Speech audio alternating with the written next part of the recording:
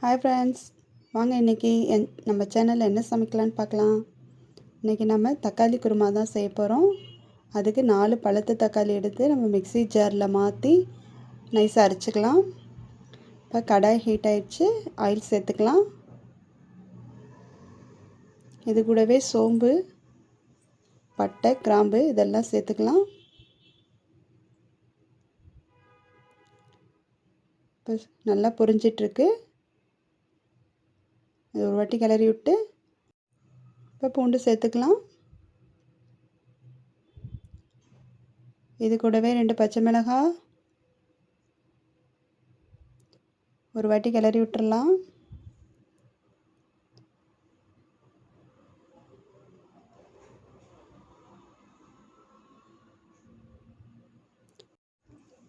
இப்போது பெரிய வெங்காயம் பொடியாக கட் பண்ணி வச்சுருக்கேன், அதை சேர்த்துக்கலாம். நல்லா கிளறி விட்டுறலாம். நல்லா வெங்காயம் வணங்கணும். வணங்கியாச்சு. இது கூட நம்ம அரைச்சி வச்ச தக்காளியை சேர்த்துக்கலாம்.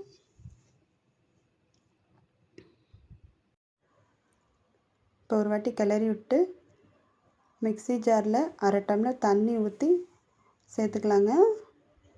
தக்காளி நல்லா பச்சை வாசனை போகிற வரைக்கும் நல்லா வணங்கணும். நம்ம பச்சையாக தான் அரைச்சி சேர்த்துருக்கோம், அதனால் நல்லா தக்காளி நல்லா வணங்கணும். இப்போ வணங்கிட்டு இருக்கிறப்ப குருமாவுக்கு தேவையான மசாலா அரைச்சிட்டு வந்துடலாம். 1/2 கப் தேங்காய் சேர்த்துருக்கேன், கொஞ்சம் சோம்பு, ஒரு கைப்பிடி பொட்டுக்கடலை, தண்ணி சேர்த்து நல்லா அரைச்சிட்டு வந்துடலாம் பேஸ்ட் மாதிரி. இப்போ தக்காளி ஆஃப் குக் ஆகிடுச்சு. இன்னும் கொஞ்சம் அந்த தண்ணி சுண்டட்டும். இப்போ பாருங்கள், தக்காளி தண்ணி இல்லாமல் நல்லா சுண்டிடுச்சு.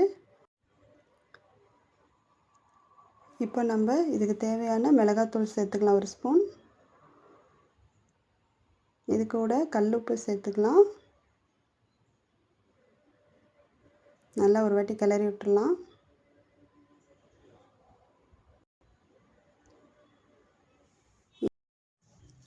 இப்போ அரைச்சி வச்ச தேங்காய் விழுதை சேர்த்துக்கலாங்க.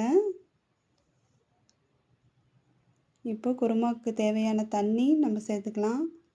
5 கப் இல்லை 6 கப்ஸ் தண்ணி சேர்த்துக்கலாம். இப்போ தண்ணி சேர்த்தியாச்சுங்க. நல்லா ஒரு வாட்டி கிளறி விட்டுறலாம்.